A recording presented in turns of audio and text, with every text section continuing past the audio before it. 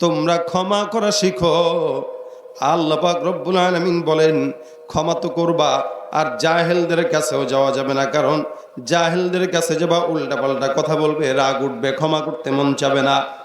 ক্ষমা করবা তখন যখন জাহেলের কাছেও যাবা না, দূর থেকে অন্যায় করছে, বাস যাক মাফ করে দিলাম। নবী করিম সাল্লাল্লাহু আলাইহি ওয়াসাল্লামকে আল্লাহ পাক ক্ষমার গুণ দিলেন, দয়া দিলেন, মহব্বত দিয়ে দিলেন, যার কারণে উম্মতের প্রতি দয়া করে। কোন একদিন পয়গম্বর উম্মতের প্রতি কত দরদওয়ালা নবী ছিলেন, ছোট্ট ঘটনা শুনলেই বুঝবেন। রাসূল করিম সাল্লাল্লাহু আলাইহি ওয়াসাল্লাম একদিন যান, কবরস্থানের পাশে দিয়া আগায় কয়েকটা কবর। রাসূল অভ্যাস ছিল কোন সময় এই কবরওয়ালার কবরের মধ্যে আযাব, মালিক এই কবরের মধ্যে যিনি আছে, মালিক তুমি তারে ক্ষমা করে দাও। নবী বারবার হাত উঠায় আর বারবার হাতটা নামায়, আল্লাহ কবুল করতেছে না। সাহাবাত মাইন পাশে দাঁড়ানো, নবী আবার হাত তুলে আবার নামায়, বলে না রে আল্লাহ কবুল করে না, আল্লাহর নিকট দোয়া পৌঁছায় না। এ সাহাবাত মাইন যাও যাও, মদিনার এই কবরস্থানের ভিতরে যাদের কবর তাদের সবাইকে ডেকে আনা, সবাইকে বলো যার যার পরিচিত মানুষের কবরের সামনে দাঁড়ানোর জন্য। আমি রাসূল এই কবরের মধ্যে আযাব থেকে সহ্য করতে পারতেছি না, কে কোথায় আছো এই জায়গাটায় দাঁড়ায় যাও। রাসূল করিম সাল্লাল্লাহু আলাইহি ওয়াসাল্লামের কথা অনুযায়ী সবাই সবার কবরের সামনে আসলেন। এটা মায়ের কবর, এটা বাবার কবর, এটা বিবির কবর, এটা ভাইয়ের কবর, এটা অমুকের কবর। সমস্ত বান্দাদের কবরের সামনে সকল আত্মীয়রা দাঁড়ানো। এই কবরটা একা, এটার পাশে কেউ নাই। নবী করিম আরো ফেরেশতান সাহাবাদেরকে ডাকতে বলে, তোমরা জানো এই কবরটা কার? এই কবরের সামনে তো কেউ আসে না, কবরটার মধ্যে অনেক আযাব। আমি নবী নিজে দোয়া করতেছি, লেকিন আমার দোয়া ও আসমানের রব কবুল করতেছে না। একজন আখিরি জামানার পয়গম্বর, দোজাহানের সরদার, আকায়ে নামদার, যিনি কিয়ামতের ময়দানে সুপারিশ করে হাসর থেকে বান্দাকে জান্নাতে ঢুকাইবেন, এমন একজন নবীর দোয়া আল্লাহ কবুল করে না। বুঝতে হবে অপরাধটা বিশাল বড় মারাত্মক। নবী করিম সাহাবাত মাইনদের দিকে তাকায় ডাকতে বলে, সাহাবাত মাইনরা এই কবরের দোয়া কবুল হয় না। এই কবরের সামনে এমন কে আছে, তাকে ডাক দাও। আমি নবী দেখতে চাই এই কবরওয়ালার অন্যায় কতটুকু হয়েছে। অনেকক্ষণ পরে আল্লাহ নবী তাকায় দেখে, দূর থেকে দেখা যায় একজন মুরব্বী বৃদ্ধা হাতের মধ্যে লাঠিটা ভর করে করে সামনের দিকে আগাইতেছে। রাসূল সাল্লাল্লাহু আলাইহি ওয়াসাল্লাম বুঝে গেলেন এটা মনে হয় এই বৃদ্ধার কারো কবর হবে। বৃদ্ধা আস্তে আস্তে হঠাৎ করে কবরের সামনে দাঁড়ায়। রাসূল করিম সাল্লাল্লাহু আলাইহি ওয়াসাল্লাম ডাক দিয়ে বলেন, মা গো এটা কার কবর? বৃদ্ধা ডাক দিয়ে বলতেছে, ইয়া রাসূলুল্লাহ এটা অন্য কারো নয়, এটা হলো আমার পুত্র ধন কলিজার টুকরা আমার সন্তানের কবর। রাসূল করিম সাল্লাল্লাহু আলাইহি ওয়াসাল্লাম ডাক দিয়ে বলে, কবরের ভিতরে আযাব, আমি অত্যন্ত পেরেশান, আপনার সন্তানের ব্যাপারে আমাকে কিছু বর্ণনা করেন, আপনি কিছু বলেন। নবী করিম বারবার ডাক দিয়ে বলতেছেন, মহিলা আল্লাহ রাসূলের জবান থেকে এই শব্দ শোনার পর ডাক দিয়ে বলে, ইয়া রাসূলুল্লাহ আমি অত্যন্ত খুশি হইলাম আমার সন্তানের কবরের মধ্যে আযাব হওয়ার কারণে। রাসূল করিম সাল্লাল্লাহু আলাইহি ওয়াসাল্লাম আফসোস করে ডাক দিয়ে বলে, ইন্না লিল্লাহি, এটা কি বলে? হে বৃদ্ধা মা, আপনি আপনার সন্তানের আযাব যদি নিজের চোখে দেখতেন, আল্লাহর কসম আপনি আপনার কথা জিন্দেগিতে এমনি বলতেন না। আমি নবী দোজাহানের সরদার হয়ে কবরে আযাব দেখি, দয়া করে আপনি আপনার কবরের ভিতরে শায়িত সন্তানের জন্য আল্লাহর দরবারে একটু দোয়া করে দেন। বৃদ্ধা ডাক্তার বলে, না না এটা তার প্রাপ্য ছিল, এটাই সে পায়। আল্লাহর নবী ডাক দিয়া বলেন, কেন? রাসূল করিম সাল্লাল্লাহু আলাইহি ওয়াসাল্লাম ডাক দিয়া বলতেছেন, কেন আপনি এত তার উপরে খেপা? ওই বৃদ্ধরা ডাক দেয়া বলতেছে কারণ আছে। নবী করিম বলেন ডাক দেয়া একটু বলেন তো। ওই বৃদ্ধ ডাক দেয়া বলতেছে হে পয়গম্বর, তার উপরে রাগ করার কারণ আমি আমার সন্তানটাকে পেটের মধ্যে নিয়ে গর্ভের মধ্যে নিয়ে আমার স্বামীকে হারাইলাম। দীর্ঘ বছর পর্যন্ত আমি আমার স্বামীর সঙ্গে আমার সম্পর্ক নাই বিধবা হওয়ার কারণে। যৌবন ছিল, চেহারাও ভালো ছিল, চাইলে অন্যত্র কোন জায়গায় বিবাহ বসতে পারতাম, লেকিন বিবাহ বসি নাই। আমি আমার সন্তানের চেহারার দিকে তাকায় কোন জায়গায় বিবাহ বসি নাই। ইয়া রাসূলুল্লাহ, আমার দিলের ভিতরে একটাই কথা, আমি আমার সন্তানকে মানুষের মতো মানুষ বানাইব। আমার সন্তান আমার জন্য বড় হইলে দোয়া করবে, আমি আমার সন্তানের উসিলায় জান্নাতে যাব। আমি আমার সন্তানকে লালন পালন করতে করতে এক প্রকার এক সময় বড় করলাম। বিবাহর পিড়িতে কোনোদিন দ্বিতীয়বার বসি নাই। আরবের মহিলাদের বিধবা হওয়ার পর বিয়ের জন্য আরো বেশি দাম হয়ে যায়। আমি চাইলে অন্যত্র বসতে পারতাম, কিন্তু বসি নাই সন্তানের মহাব্বতে। আমার ছেলে বড় হওয়ার পর আমি তাকে পছন্দের মেয়ে অনুযায়ী দেখে বিবাহ দিলাম। বিবাহের পর আমার সন্তানের আচরণ একটু একটু চেঞ্জ হতে লাগলো। ইয়া রাসূলুল্লাহ, আমি একদিন তাকায় দেখলাম আমার সন্তান বিকেল বেলা ঘরের মধ্যে আসলো। রাত্রিবেলা ঘুমের আগে আমার সন্তানের কানে কানে আমার বিবি জানি কি বললাম, এতটুকুই দেখলাম। আমার সন্তানকে আর দেখতে দেরি করলাম না। বিবির কান মুখ থেকে কানে কথা শোনার সাথে সাথে আমি মাকে ওই ঘর থেকে পিটাইতে পিটাইতে ওই রাত্রিবেলা বের করে বাহিরে ফেলে আসছে। ইয়া রাসূলুল্লাহ, আল্লাহর কসম, আমি যে সন্তানের জন্য পেটের মধ্যে যে সন্তানকে নিয়ে কষ্ট করলাম, যার কারণে নবী বলেন তোমরা তিনবার মায়ের খেদমত করো। সাহাবী ডাক দিয়া বলেন সুম্মা মান, রাসূল বলেন উম্মুক, সুম্মা মান, রাসূল বলেন উম্মুক, সুম্মা মান, রাসূল বলেন উম্মুক। তিনবার আল্লাহর নবী মায়ের কথা বলছেন, কারণ আছে। এক নম্বর হইল, একটা গর্ভধারিণী মা তার প্রথমে সন্তানটাকে পেটের মধ্যে ধরে। 2 নম্বর, একটা গর্ভধারিণী মা সন্তানকে প্রসবের যন্ত্রণা সহ্য করে। 3 নম্বর, একটা মা সন্তানকে দুধ পান করানোর কষ্ট সহ্য করে। এই কারণে আল্লাহর নবীও বলেন প্রথমবার মায়ের খেদমত, দ্বিতীয়বার মায়ের খেদমত, তৃতীয়বার মায়ের খেদমত। সুবহানাল্লাহ।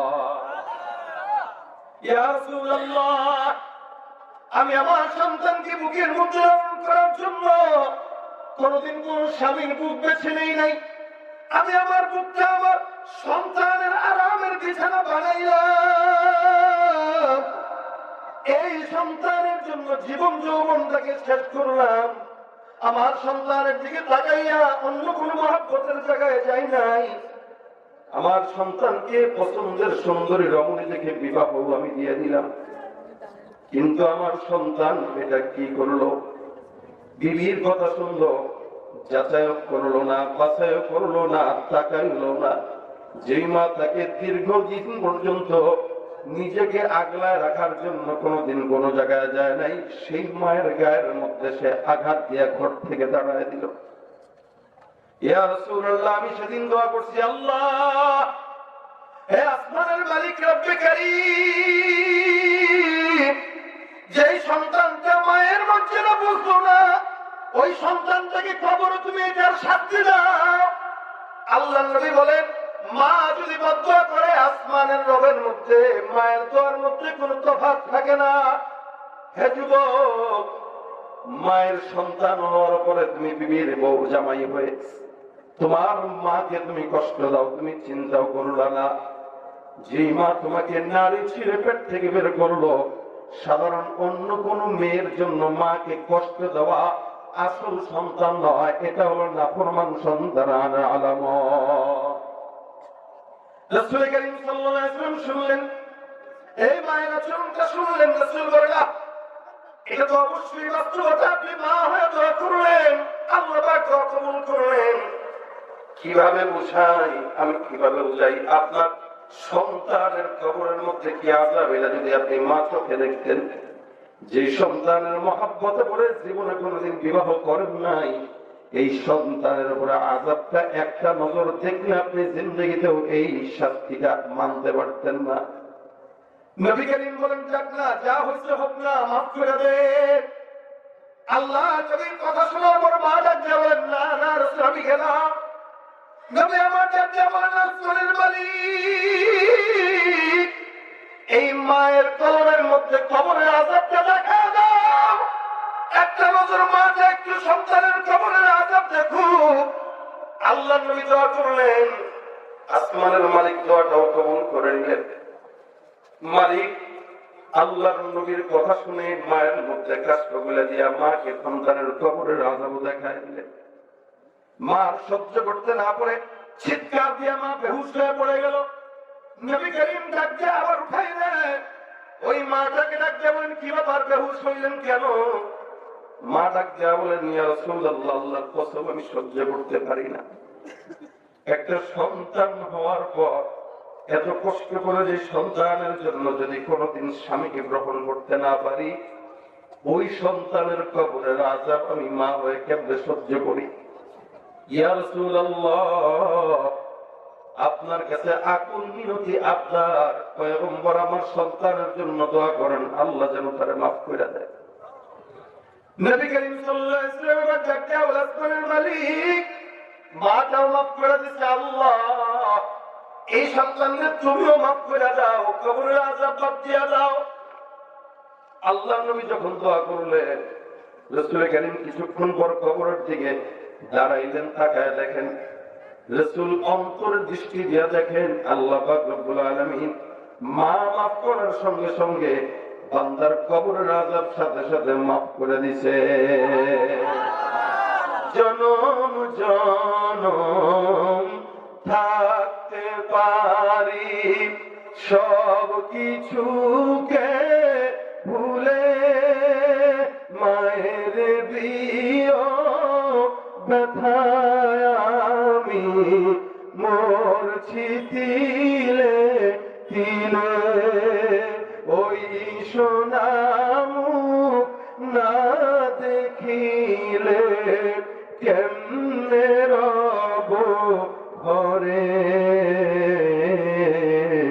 মা জননী আসবে কি আর আমার বুকে ফিরে, মা জননী আসবে কি আর আমার বুকে ফিরে, চোখের জলে বাঁধ মানে না, বুক ভেঙে যায় চিরে, মা জননী আসবে কি আর আমার বুকে ফিরে। ভাই আমার খুব বুঝবেন, নবী করিম সাল্লাল্লাহু আলাইহি ওয়াসাল্লাম এই জায়গায় দিলের দরদ নিয়ে আল্লাহর নবী আল্লাহর কাছে দোয়া করছেন, অবশেষে মায়ের কাছেও মাফ চাইলেন। বোঝা গেল এক নম্বর এখান থেকে যেটা বুঝলাম, কোনদিন সুন্দরী বিবি পেয়ে মায়ের সঙ্গে খারাপ ব্যবহার করা যাবে নাকি বলেন তো? অধিকাংশ যুবকদের হালও এখন এরকম, বুঝে ঠিকই, মা যখন চলে যায় তখন বুঝে, কিন্তু তখন চোখ দিয়া রক্ত বেরোইলেও কোনো ফায়দা আছে? এই জন্য যারা বিয়ে করছেন তাদের জন্য এটা সতর্কবাণী। হাজারো বড় বড় বুজুর্গি হবেন, আপনি ডিগ্রি অর্জন করতে পারবেন, অনেক তাহাজ্জুদ করতে পারবেন, তাসবিহ জপতে পারবেন, মায়ের খুশি অর্জন করতে না পারলে জান্নাত অর্জন করতে পারবেন না। এটাই বাস্তবতা, এটা আমার রাসূলের কথা। মায়ের সন্তুষ্টি নিয়ে তারপরে মরেন।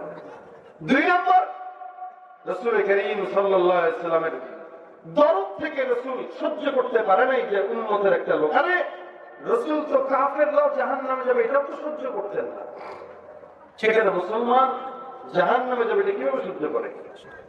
কখনো আল্লাহর হাবিবের সামনে সন্তান লাশ নিয়ে যাইতো কাফেরে, রাসূল সাল্লাল্লাহু আলাইহি ওয়াসাল্লাম দেখে বলতেন, আহ আমার সামনে দিয়ে লাশ যাইতেছে, মুসলমান যদি হইতো না জান্নাতে যাইত। আহা বেচারা ইসলামের জন্য শুধু জাহান্নামের জন্য। রাসূল তার দিলের দরদ থেকে আবু তালেবকে কানে কানে মৃত্যুর আগে বলেছিল, চাচা খালি একবার বলেন, একবার, কেউ জানবে না, আমি নবীও কাউকে বলবো না, আপনি শুধু একবার বলবেন যে আপনি আমাকে মানেন এবং আপনি আল্লাহ পাককে মেনেছেন, বিশ্বাস করেন, একবার বলেন। আবু তালেব সারা জিন্দেগি রাসূলের সেবা করেছেন, সবচাইতে বেশি অবদান আল্লাহ রাসূলের প্রতি আবু তালেবের, যার কারণে আল্লাহ রাব্বুল আলামিন উনাকে শাস্তি কম দিবেন। তবে কতটুকু কম রাসূল বলেন? আবু তালেবকে আল্লাহ পাক সবচাইতে শাস্তি কম দিবেন, কিন্তু যেটা দিবেন ওটা কি? শুধু পায়ের মধ্যে একটা জাহান্নামের আগুনের জুতা পরায় দিবেন, যেই আগুনের তাপে টকটক করে তার মাথার মগজ ফুটতে থাকবে, নাউযুবিল্লাহ, মগজ ফুটবে। এটাই তার শাস্তির সবচেয়ে নিম্নমানের দরজা। তাহলে উচ্চমানের দরজার শাস্তি কি হইতে পারে এটা তো আল্লাহই না জানে। রাসূলকে এত মহব্বত করার পরে যেখানে সারা আরবকে ট্যাকেল দিয়ে রাসূলকে সে প্রোটেকশন দিয়ে প্রোটোকল দিয়ে নিয়ে গেছে, সেই আবু তালেবকে নবী বলতেছেন একবার বলেন, আপনি একবার, কানে কানে বলবেন। আবু তালেব বলছে, মুহাম্মদ বিশ্বাস করি তুমি নবী, তোমাকে যদি আমি না জানতাম তাহলে তোমার সহযোগিতা করতাম না, কিন্তু আমি মানতে পারবো না, মুখ দিয়ে স্বীকার করতে পারবো না। স্বীকার করলে বংশের কাছে, এলাকার মানুষের কাছে, দলের কাছে ছোট হইতে হবে, এটা আমি করতে পারবো না। তুমি দয়া করে বাবা মানে এই আবদারটা মনের আগে বললো না, কারণ তোমাকে আমি ভালোবাসি, তুমি বলতে বলতে দেখা যাবে এক সময় মায়া লেগে গেছে, তোমার কথা শুনেও ফেলতে পারি, সুতরাং তুমি এটা নিয়ে দ্বিতীয়বার আমাকে বললো না। রাসূল সাল্লাল্লাহু আলাইহি ওয়াসাল্লাম ইন্তেকালের আগেও বুঝাইছেন, কেন? দিলের তরফ থেকে আমার চাচা আমাকে সবচেয়ে বেশি আদর করার পরেও এই চাচা যদি জাহান্নামী হয় তাহলে কি মানা যায়? এটা কেউ কি মানবে যে তার আপন চাচা জাহান্নামে যাবে? কেউ কি মানবে যে তার আপন বাবা জাহান্নামে যাবে? এটা কে মানতে চায়? কেউ মানতে চায় না, নবীও তো মানতে চান না। একটা কাফেরের বেলায় মানতে চান না, সেখানে তার চাচার ব্যাপারে কেমনে মানবে? রাসূল সাল্লাল্লাহু আলাইহি ওয়াসাল্লাম ছিলেন, এজন্য নবী বলেন আনা নবিয়্যুর রাহমা।